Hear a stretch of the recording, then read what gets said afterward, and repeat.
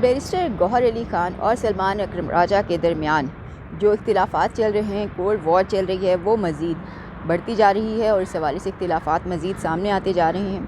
اس حوالے سے آج بات کریں گے۔ دوسری جانب حکومت اور پی ٹی آئی کے درمیان مذاکرات کے اندر بھی بڑی پیش رفت ہوئی ہے۔ وزیر اعظم کی جانب سے باقاعدہ طور پر گرین سگنل دے دیا گیا ہے۔ اس خبر کی ڈیٹیلز بھی آپ کے ساتھ شیئر کریں گے، جبکہ 9 مئی کیسز کے حوالے سے بھی اہم پیش رفت ہوئی ہے اور ساتھ ہی آج بانی پاکستان تحریک انصاف عمران خان سے ملاقات کا دن بھی ہے۔ اس کے حوالے سے بھی بات کریں گے۔ میں ہوں سحرش خان، میرے یوٹیوب چینل پر آپ سب کو خوش آمدید۔ سب سے پہلے اسی خبر کی جانب چلتے ہیں جو کہ بانی پاکستان تحریک انصاف عمران خان سے ملاقات کے دن کے حوالے سے ہے۔ آج پارٹی رہنماؤں، دوستوں، سیاسی رہنماؤں، رفقا کی جو ملاقات ہے اس کا روز ہے اور آج کے دن کے لیے ایک روز پہلے ہی اڈیالہ جیل حکام کو سلمان اکرم راجہ کی جانب سے فہرست 6 رہنماؤں کے ناموں کی دی جا چکی ہے اور فہرست کے اندر 6 افراد کے ناموں میں میاں عمیر، شیر علی آفریدی اور افتخار چارسدہ کے نام شامل ہیں۔ سمیع اللہ، مشتاق غنی اور شاہ تراب کے نام بھی فہرست کے اندر شامل ہیں۔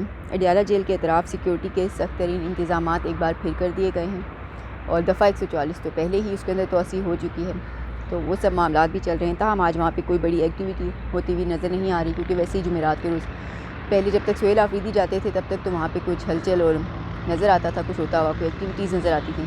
کارکنان احتجاج کرتے ہوئے رات دیر تک دھرنا دیتے ہوئے دکھائی دیتے تھے۔ تاہم اب یہ سب کچھ منگل کے روز تک محدود ہو گیا ہے۔ منگل کے روز عمران خان کی بہنیں جاتی ہیں وہاں پہ کارکنان کے ساتھ، رات دیر تک وہاں پہ انتظار کرتی ہیں، دھرنا دیتی ہیں، پھر سختیاں جھیلتی ہیں اور گزشتہ منگل کو تو ابھی جو منگل گزرا ہے بلکہ اس پر باقاعدہ ان کو ایک پرامن انداز میں ان کو یقین دہانی کروائی گئی کہ آئندہ منگل کو ملاقات ہو جائے گی، تو فی الحال آپ اٹھ کر چلے جائیں۔ اس کے بعد یقین دہانی کے بعد وہ سب لوگ وہاں سے چلے گئے، جبکہ اب آج اس کے بعد جمعرات کا روز ہے، ملاقات کا امکان تو نہیں ہے بالکل بھی۔ تاہم دیکھنا یہ ہے کہ فہرست کے اندر سے کون لوگ پہنچتے ہیں اور کون لوگ نہیں پہنچتے۔ اور اب چلتے ہیں اگلی خبر کی جانب جو کہ 9 مئی کیسز کے حوالے سے ہے۔ Chief justice Lahore high court Aalia Neelum نے 9 مئی کیسز کی سماعت کرنے والے 2 ججز کے تبادلے کا نوٹیفیکیشن منسوخ کیا ہے۔ Chief justice Lahore high court justice Aalia Neelum کی منظوری کے بعد گزشتہ روز رات گئے دونوں ججز کے تبادلے کا نوٹیفیکیشن جاری کیا گیا۔ نوٹیفیکیشن کے مطابق 9 مئی کے مقدمات کی سماعت کرنے والے انسدادی دہشت گردی عدالت لاہور کے جج ارشد جاوید کا تبادلہ بہاول نگر، جبکہ بہاول نگر سے جج آصف بشیر کا تبادلہ لاہور کیا گیا تھا۔ اب دونوں ججز کے تبادلوں کا نوٹیفیکیشن منسوخ کر کے ایک نیا نوٹیفیکیشن جاری کر دیا گیا ہے، جس کے مطابق دونوں ججز کے تبادلے کے احکامات کو منسوخ کیا جا چکا ہے اور دونوں کو اپنا کام جاری رکھنے کی بھی ہدایت کی گئی ہے۔ اے ٹی سی کے جج ارشد جاوید اب تک 9 مئی کے 3 مقدمات کا فیصلہ بھی سنا چکے ہیں، تو یہ ایک بڑی پیش رفت تھی۔ وہ 2 جج صاحبان جو کہ 9 مئی کے مقدمات کی سماعتیں کر رہے ہیں، ان کے تبادلے کا نوٹیفیکیشن کیا گیا، جو کہ chief justice Lahore high court نے اب قدم بڑھاتے ہوئے اس نوٹیفیکیشن کو منسوخ کر دیا۔ اب چلتے ہیں اگلی خبر کی جانب جو کہ ہے حکومت اور پاکستان تحریک انصاف کے درمیان مذاکرات کے حوالے سے۔ تو بڑی پیش رفت اس میں سامنے آئی ہے۔ وزیر اعظم شہباز شریف نے گرین سگنل اس معاملے پر دے دیا ہے۔ حکومت اور پی ٹی آئی کے درمیان مذاکرات کا یہ معاملہ ہے جس پر شہباز شریف کی جانب سے گرین سگنل دیا گیا ہے۔ ذرائع کے مطابق حکومت اور پاکستان تحریک انصاف کے درمیان مذاکرات کے معاملے پر وزیر اعظم شہباز شریف نے اسپیکر ایاز صادق کو گرین سگنل دیا ہے، جبکہ حکومتی وفد اسپیکر کی درخواست پر مذاکرات کے لیے بھی تیار ہے۔ حکومتی ذرائع کے مطابق تحریک انصاف کے منتخب نمائندوں سے ہی مذاکرات ہوں گے، غیر منتخب نمائندوں سے بات چیت نہیں کی جائے گی۔ دوسری جانب اسپیکر آفس ذرائع کا کہنا ہے کہ ابھی تک مذاکرات کے لیے پاکستان تحریک انصاف یا تحریک تحفظ آئین پاکستان کے کسی بھی رہنما نے باضابطہ طور پر ان سے رابطہ نہیں کیا ہے۔ اسپیکر آفس ذرائع کے مطابق سردار ایاز صادق نے ابھی تک پارلیمانی کمیٹی برقرار رکھی ہوئی ہے اور اپوزیشن رضامند ہوئی تو پھر فوری طور پر اسپیکر پارلیمانی کمیٹی کا اجلاس بلائیں گے۔ اس حوالے سے پارلیمانی ذرائع کا کہنا ہے کہ اسپیکر کی پیشکش کے باوجود ابھی تک اپوزیشن نے ان سے رابطہ نہیں کیا ہے۔ اسپیکر نے تحریک انصاف کو اپنے چیمبر میں آنے کی دعوت دی ہوئی ہے۔ تحریک انصاف نے اسپیکر سے آخری ملاقات محمود اچکزئی کو اپوزیشن لیڈر بنانے کے لیے کی تھی۔ عامر ڈوگر ان سے ملے تھے اور وہاں پر انہوں نے جو اس معاملے کے اوپر ہی عدالتی ایک کیس چل رہا تھا، معاملہ جس کو بتایا جا رہا تھا کہ اسی وجہ سے ہی یہی ہرڈل حائل ہے قانونی طور پر، اسی کی وجہ سے نہیں ہو سکتی اپوزیشن لیڈر کی نامزدگی، ان کا نوٹیفیکیشن نہیں ہو سکتا۔ تو وہ عامر ڈوگر نے ان کو بتایا کہ اب یہ معاملہ ختم ہو چکا ہے اور اب آپ نوٹیفیکیشن جاری کر سکتے ہیں. قانونی طور پہ کوئی ہرڈل باقی نہیں رہی. تاہم اعاز صادق کی جانب سے اب تک اس معاملے پر نوٹیفیکیشن جاری نہیں کیا گیا اور باقاعدہ انہوں نے کچھ صحافیوں سے گفتگو میں ان کو یہ بتایا کہ ایک طرف تو جو قانونی معاملہ ہے وہ ہے، تاہم دوسری جانب پی ٹی آئی کے جو اپنے کچھ رہنما ہیں، کچھ افراد ہیں، وہ یہ چاہتے ہیں کہ محمود اچکزئی کا نام جو ہے وہ اس کا نوٹیفیکیشن جاری نہ کیا جائے. تو ان کے اپنے اندر آپس میں ہی اس معاملے کے اوپر اختلاف موجود ہے اور میں اسی وجہ سے یہ کام نہیں کر رہا. تاہم قانونی طور پر دیکھا جائے تو اسپیکر جو ہیں یقیناً اپنے معاملات کے اندر آزاد ہیں، آئینی عہدہ ہیں. تو ایسے میں محض کچھ افواہوں پر یا کچھ 2-4 افراد اگر ان سے آ کے اس معاملے کے اوپر بات کر لیتے ہیں تو اس کو سننے کے بجائے، اس پر کام کرنے کے بجائے قانون کا راستہ اختیار کرتے ہوئے جو بھی قانون کہتا ہے، آئین کہتا ہے، اس کے مطابق اپوزیشن لیڈر کی نامزدگی کرنی چاہیے. محمود اچکزئی کے نام کا نوٹیفیکیشن اب تک جاری ہو جانا چاہیے تھا.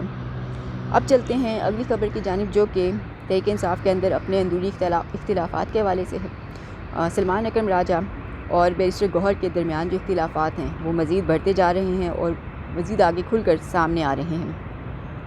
اور بعض جو پی ٹی آئی اراکین ہیں ان کے مطابق سلمان اکرم راجہ نے پارٹی کو اس نہج پر پہنچایا ہے کہ وہ پارٹی میں گروپنگ کر رہے ہیں اور ہم اس ساری سیاسی کمیٹی اور اس سارے سیاسی معاملے کو ہم مسترد کرتے ہیں.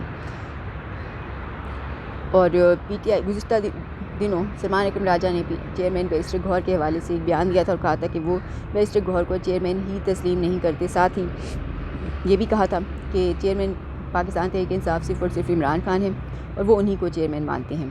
تاہم پی ٹی آئی کے جو سیکریٹری جنرل ہیں سلمان اکرم راجہ، ان کے اس بیان کے بعد پی ٹی آئی کے واٹس ایپ گروپس کے اندر سلمان اکرم راجہ پر شدید تنقید کی گئی اور ذرائع کے مطابق اراکین نے الزام عائد کیا ہے کہ سلمان اکرم راجہ پارٹی کو اس نہج پر پہنچایا ہے. سلمان اکرم راجہ نے وہ باقاعدہ پارٹی کے اندر گروپنگ کر رہے ہیں. نئی سیاسی کمیٹی میں سینیٹرز کی نمائندگی نہیں ہے، علی ظفر کی جگہ فوزیہ ارشد کو نمائندگی دی گئی اور ہم اس ساری سیاسی کمیٹی کو مسرد کرتے ہیں.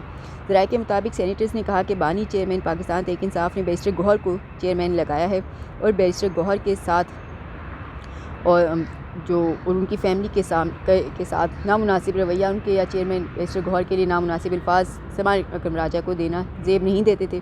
ذرائع کے مطابق اراکین کا یہ بھی کہنا ہے کہ پی ٹی آئی کی کور کمیٹی کی میٹنگ نہیں ہو رہی.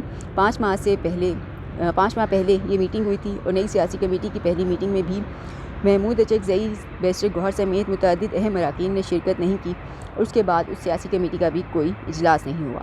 ذرائع کے مطابق اراکین نے مزید یہ بھی کہا کہ پارٹی کے سینئر رہنماؤں کو نظر انداز کیا جا رہا ہے. بیرسٹر گوہر کی جانب سے دوسری جانب ہمیں چپ رہنے کے احکامات دیے جا رہے ہیں، ہدایات دی جا رہی ہیں. سلمان اکرم راجہ بانی چیئرمین کے ٹویٹس کو بھی ری ٹویٹ نہیں کرتے. D G I S P R کی پریس کانفرنس پر بھی سیکریٹری جنرل نے رد عمل دینے سے صاف انکار کیا اور اس کا پھر رد عمل سہیل آفریدی، شیخ وقاص اکرم، شفیع جان اور مشال یوسفزئی کو دینا پڑا. اور سلمان اکرم راجہ اپنے حساب سے ہی پاکستان تحریک انصاف پارٹی کو چلانا چاہتے ہیں اور چلا رہے ہیں. دوسری جانب پارٹی کے سیکریٹری جنرل سلمان اکرم راجہ نے ٹویٹ میں اپنا موقف دیا ہے کہ ہر پارٹی میں شخصی اور گروہی اختلافات ہوتے ہیں. مجھے جو ذمہ داری عمران خان نے دی ہے وہ تقاضا کرتی ہے کہ جہاں تک ممکن ہو پردہ رکھا جائے. اپنی ذات پر حملوں کا جواب کسی کی پارٹی کے خلاف سازشوں کو ظاہر کر کے نہیں دے سکتا، تاہم سازشوں کو ناکام کرنا ضروری ہے. مزید انہوں نے یہ بھی کہا اپنے ٹویٹ میں کہ سینیٹر فوزیہ ارشد کو اسلام آباد کے پارلیمانی بورڈ برائے بلدیات میں شامل کرنے کا مقصد مختلف گروہوں کے درمیان ایک سینئر شخصیت کو شامل کرنا تھا اور فوزیہ ارشد پارٹی سے دہائیوں سے منسلک ہیں اور اسلام آباد سے سینٹ کے لیے عمران خان کا ہی انتخاب ہے. تو یہ سارا معاملہ چل رہا ہے. ظاہر سلمان اکرم راجہ اور بیرسٹر گوہر کے درمیان پہلے تک تو کولڈ وار تھی اور اب کھل کر اختلافات سامنے آ رہے ہیں. باقاعدہ پی ٹی آئی کے جو پارٹی کے جو گروپس ہیں واٹس ایپ گروپس، اس کے اندر اب باقاعدہ لوگ اس کے اوپر بحث کرتے ہوئے اور ان سارے معاملات سے ایک دوسرے کو